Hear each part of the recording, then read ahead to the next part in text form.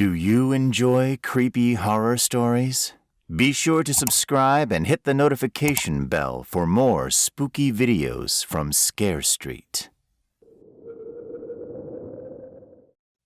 St. Anne's Episcopal Church by Ron Ripley.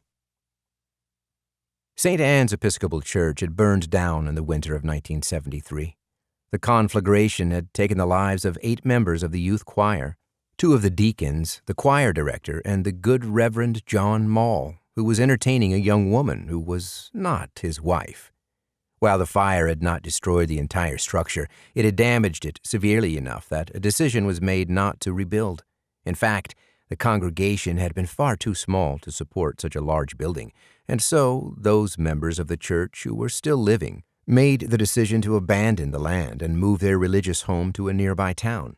With the subsequent abandonment of the church and the inability of the Episcopalians to sell the land, St. Anne's was left to live out its final days, however long they might be.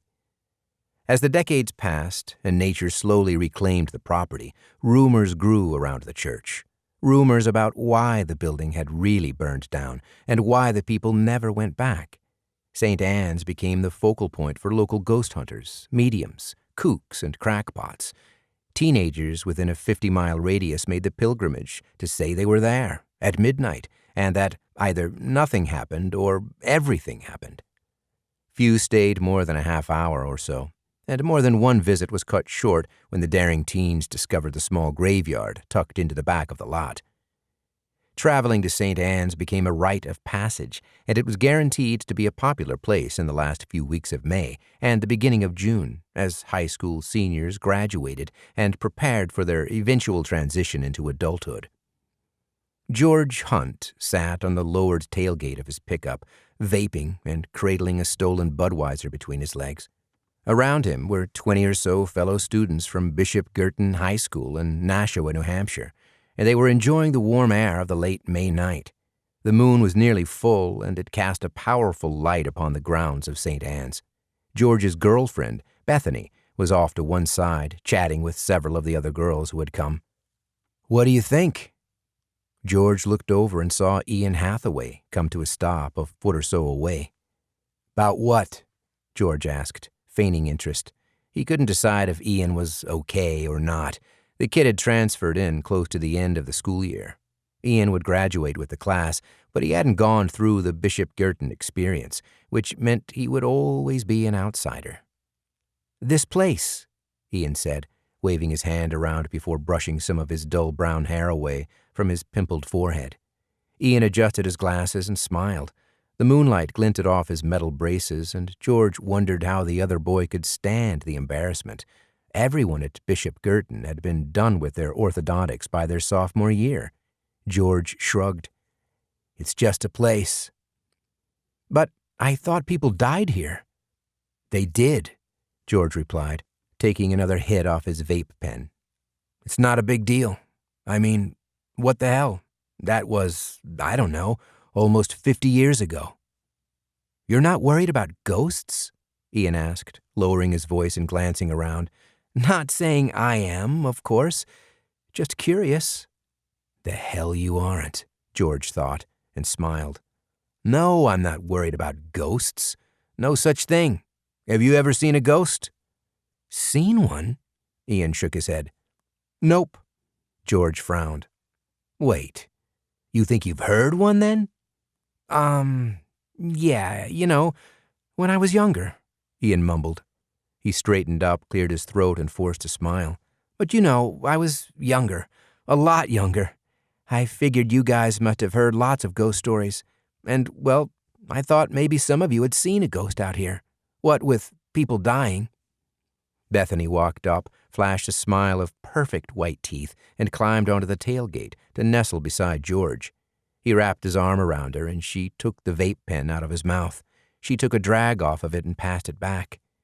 "I thought, too," Ian continued, "maybe somebody was going to play a trick on the others. And if anyone would know, well, it would be you, George." "Of course it would be me," George thought. "Still, there's nothing planned." "What are you talking about?" Bethany asked. "Did someone plan a trick?" George shook his head and looked to Ian. "What made you think that?" "I saw a couple of kids in the church when I first got here. When they saw me, they ducked away, so I figured I wasn't supposed to see them." Ian glanced around and lowered his voice again. "I just didn't want to ruin anything, that's all." Bethany leaned forward and asked, "What did they look like?" "The kids in the building?" Ian said. "Yeah," she answered. "They had on these long robes, kind of dirty gray, maybe black," Ian told her. He scratched the back of his head as he thought for a moment. "There were only 2 of them, and it was only for a minute, but they had these stupid wigs on, too, like something you'd see out of a bad 70s movie." Ian looked as though he was about to say more, but his phone chimed, and when he checked it, his eyes widened. "Oh, crap! My mom found out I'm here." Without another word, the boy hurried off, dialing the phone as he went. George shook his head, and Bethany laughed. "Think he was telling the truth?" she asked. "That he saw someone?" "Yeah, had to." George yawned.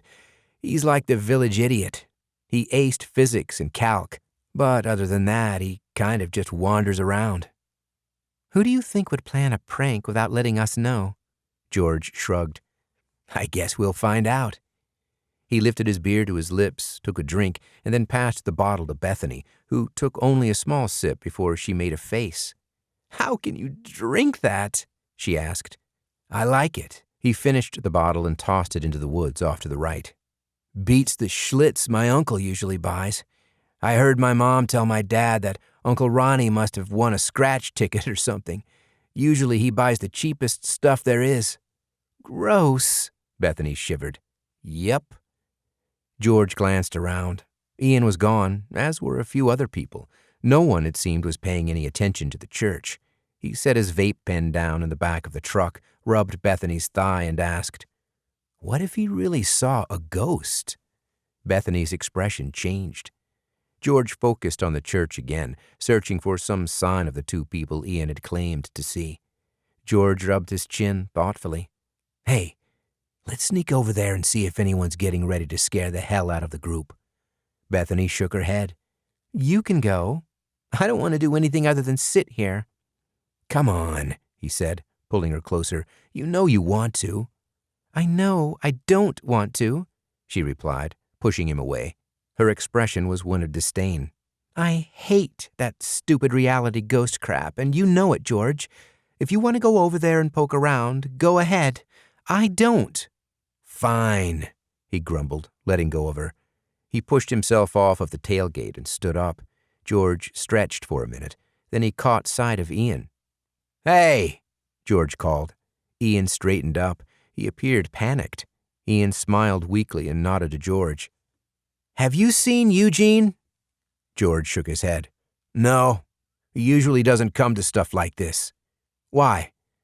"We came together," Ian explained, "but it looks like he left. His car isn't here anymore. I don't have a ride home, and my mom's mad. I don't want to have to ask her to come and get me because she'll be really upset." George nodded in understanding, hiding a smile. "Say, I'll make a deal with you." "What's that?" Ian asked. "I'll give you a ride home if you show me exactly where you saw those 2 people." Ian's eyes widened, and his face paled in the moonlight. When he spoke, his voice was raw. "What? Why would you even want to do that? I mean, what if they're really ghosts? What if they're just a couple of guys from the lacrosse team getting ready to scare the hell out of everyone?" George countered. Then smiling, he added, "Come on. It's just a quick walk over, and then I'll bring you home so you don't get in trouble with your mom. Sound good?" Ian hesitated for a moment, his eyes flicking toward the remains of St. Anne's Church. Then his shoulders sagged, and he nodded as he whispered, "Yeah, sure." George glanced back at the truck to tell Bethany that he was going with Ian, but she had already left.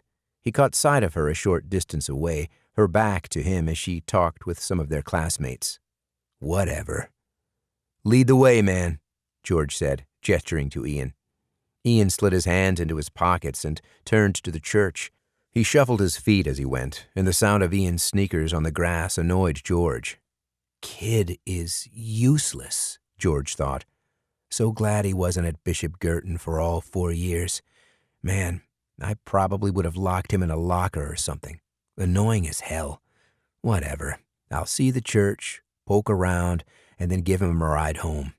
Bethany's going to be upset about me leaving without her. The idea of his girlfriend's discomfort brought a smirk to George's face. She should have just come with me, George thought. If she had, I wouldn't have to go with Ian.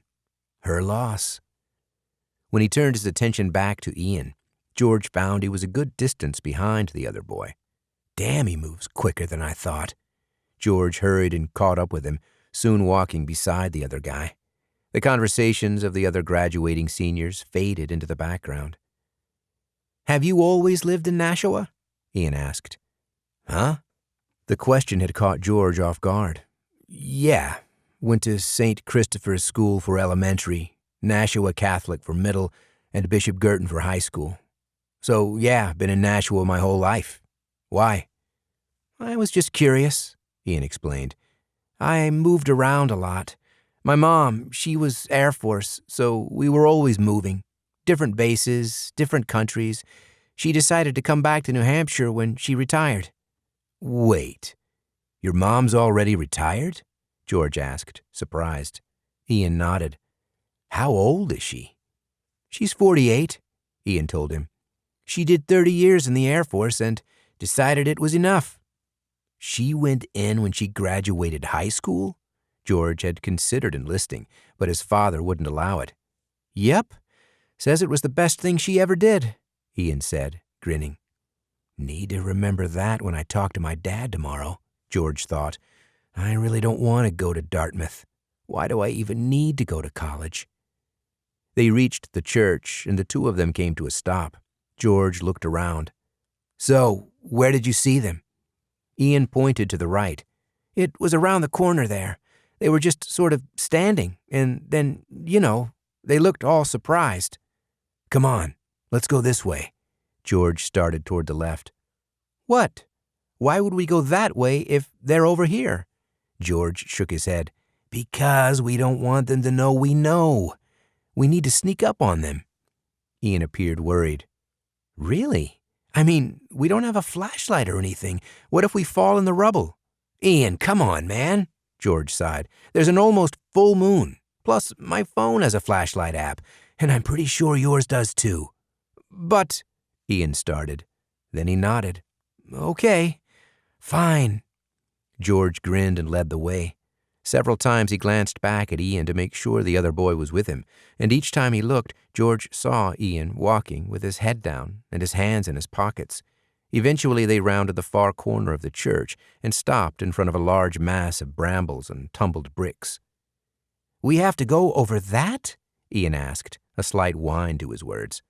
We'll find a way around it, George answered, shaking his head. Don't complain so much. We're almost there, right? Right.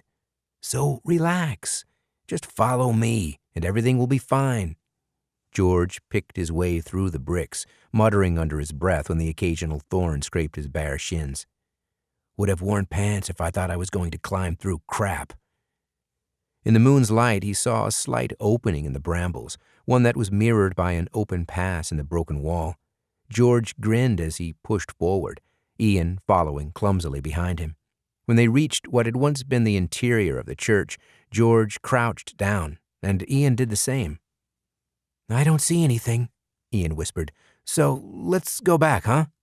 George frowned. Come on, man. Look, there's a whole section of the church we haven't even looked at, and that's where you said you saw them. Ian's head hung down for a moment. Do we have to? Do you want that ride home? George asked. Ian winced, as though struck. Yes, I do. Right, so, like I said, George smiled, we go to that part and take a peek. If we see them, we scare them. What if we don't? Ian's voice trembled with fear. What if there's no one to see, George? Then we leave, that's all, George answered smoothly. Ghosts can't hurt people. Everybody knows that. Ian didn't look like he believed George's assurance. Hey, we're going to follow the wall. It should be pretty easy to keep to it. If something weird happens, almost all the windows have been broken out over the years. So, we'll just go out one of them," George explained. Ian raised his head a little, looked at the walls, and nodded. Okay. "Hey, George," Ian said, his voice faltering. "Yeah?" "Why was this church so big?" Ian asked. "Huh? I don't know," George replied, standing up. He looked at the ruins around him and realized, for the first time, how large the structure had been. Like most of his classmates, George had never given St. Anne's much thought. It was always just the place to go at the end of your senior year, a part of Bishop Girton's graduating tradition. "I've only ever seen it from where we parked the cars. Honestly, I didn't think it was this big." Ian nodded, accepting the answer for what it was. "Come on," George said. "Let's find out who's hiding. I bet it's a couple of underclassmen trying to scare us. Either that or it's some of last year's seniors looking to give us a hard time." "Okay," Ian whispered.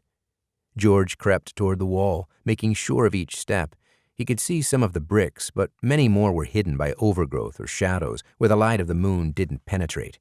Crickets sang out as George and Ian moved along, and from somewhere close by came the hooting of a barn owl.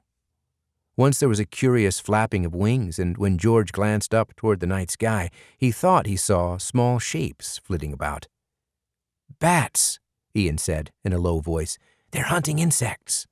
George paused, watching the bats dip and race above them. "Wow, I didn't realize they were so fast." "They are," Ian sighed. "They hunt mosquitoes and other bugs." "Huh?" George returned his attention to the wall.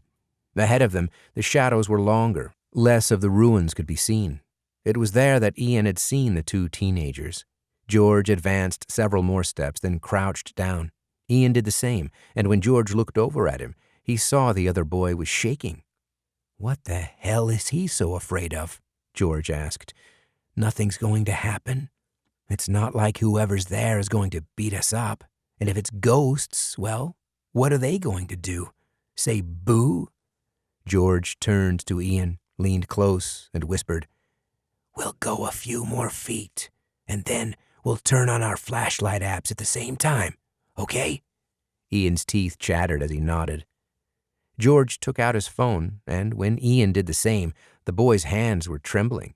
George refrained from saying anything and moved forward at a crouch. His heart thumped against his chest as his excitement increased. A smile twitched across his face, anticipation building as he brought his phone up and came to the final stop. Ian was beside him a moment later, the boy quivering as he raised his phone. "On 3, George whispered, and Ian nodded. 3, 2, 1. Both of them flipped on their flashlight apps, the light bursting out over the ruins and the brambles. There was no one to be seen. Disappointment filled George for a moment as he swept the light back and forth. Ian turned his light off. "Well," George spoke at his normal volume, "that sucks. Guess you saw some ghosts, huh?" "No," Ian answered, and his voice was different. It was smooth and confident, powerful. "I didn't see anything at all, George," Ian continued, and the way he spoke caused gooseflesh to ripple along George's arms. Anger rose in him, and George turned the flashlight on Ian, but the young man wasn't there. A creature stood before George, the harsh illumination of the flashlight revealing every curious and grotesque detail. Its flesh was a mottled gray, sagging from its overly long arms and stout legs. The thing that was and was not Ian had a belly that made it look pregnant. Long, yellowish hair hung in clumps and locks from its head. The thing's eyes shimmered, their color somewhere between pink and green, the mere sight of them nauseating. "What the hell?" George whispered. The thing smiled, and there were no teeth, only black gums and a white tongue. "No, not from hell. I don't know what I am, other than myself. Interesting, is it not?" George shook his head and took a step back. All caution was gone, and he nearly twisted his ankle as he sought to get away from the creature. The thing that had been Ian smirked. "Wouldn't that be silly? to twist an ankle and die miserably like all those teens in horror movies. Teens, George thought, and then he opened his mouth and screamed, "Help!" The thing chuckled, tilted his head back, and bellowed, "Help!" George looked at it, horrified, confused. "Oh, I'm sorry," it grinned. "You see, visual illusions aren't my only tricks. Not at all. Audio, too. I hid sounds from you. You did not hear them calling for you. You did not hear their cars leaving, or Bethany telling you what a jerk you were for not answering her." "They can't be gone," George whispered. He lifted his phone and saw missed texts and calls. "Yes, I hid those too," the creature confessed.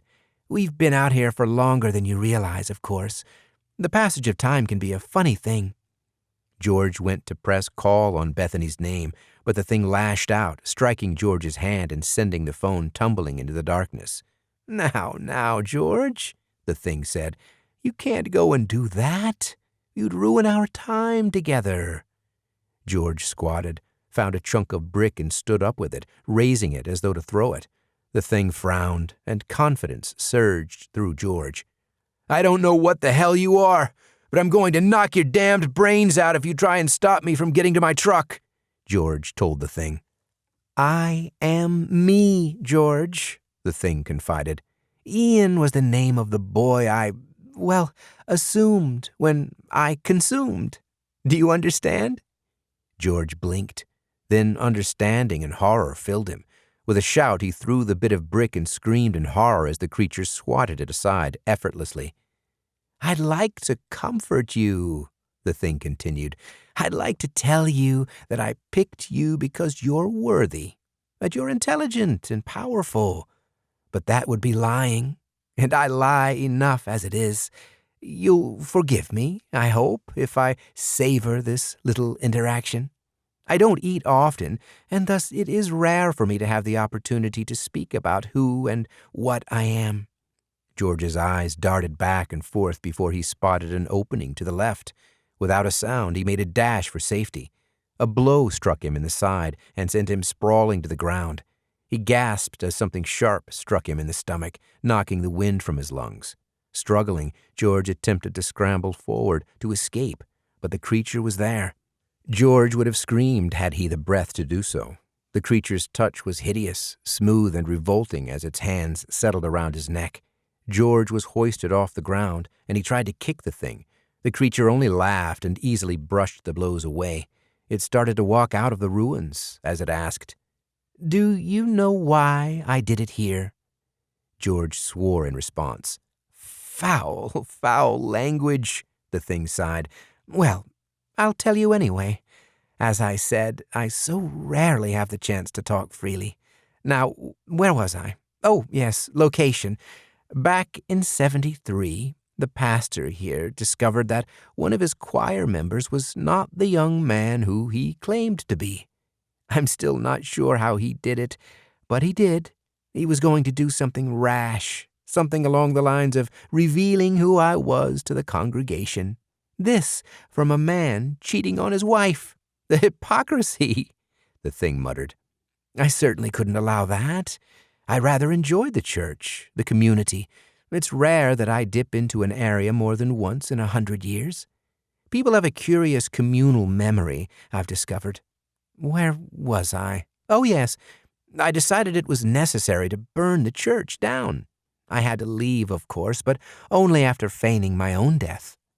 The creature dropped George into a patch of grass and squatted beside him. "Do you have any idea as to how difficult it is, pretending to be a charred corpse?" George didn't answer. His mind raced as he tried to think of a way to escape. "Extremely difficult," the thing muttered. And I had to wait for the damned coroner to be alone with the bodies before I could do anything. Such a mess. I can honestly say that I will never do something so convoluted again. Never." George tried to push himself up on his elbows, but the thing put a hand on his chest and pressed down, forcing George back to the earth. It peered down at him, its smile nightmarish. "Do you want to know what's going to happen next, George?" No, George croaked. The thing appeared saddened for a moment. Then it laughed.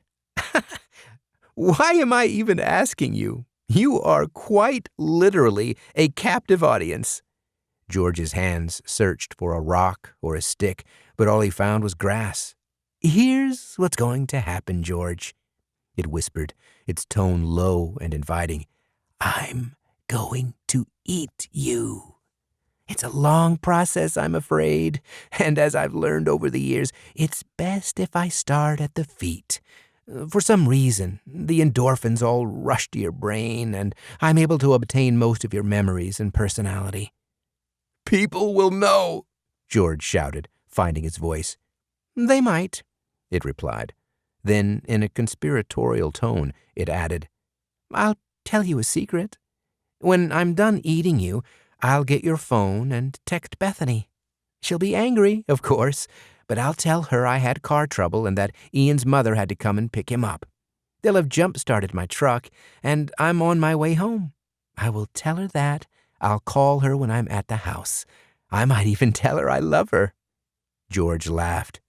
She'll know it's not me. The thing smiled. Perhaps, but she'll cling to it. George stared at the thing. There was something more. George could feel it. Yes, she'll cling to it after I send that text, George. I'm going to drive your truck into a tree. It will appear that I'm knocked unconscious, and when I am awakened, I will have a concussion. Concussions do funny things to a person's personality, George, the creature said. So many strange things. No one will believe you, George whispered, but even he didn't believe the statement. Oh, they will, the creature stated. They will because they'll want to. And besides, who would ever believe in a thing like me? The creature reached out, took hold of George's left foot, and tore the shoe off. George thrashed and tried to free himself, but the thing stood up, bringing George with him. Ah! The thing's voice was filled with hunger and longing.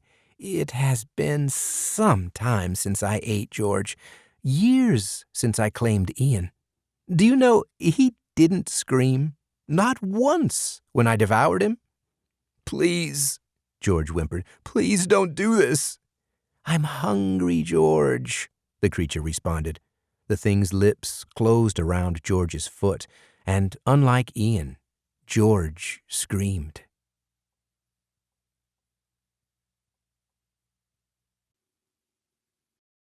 Are you looking for more creepy horror stories? Click the link in the description or search Scare Street on Audible for a list of all our bone-chilling titles.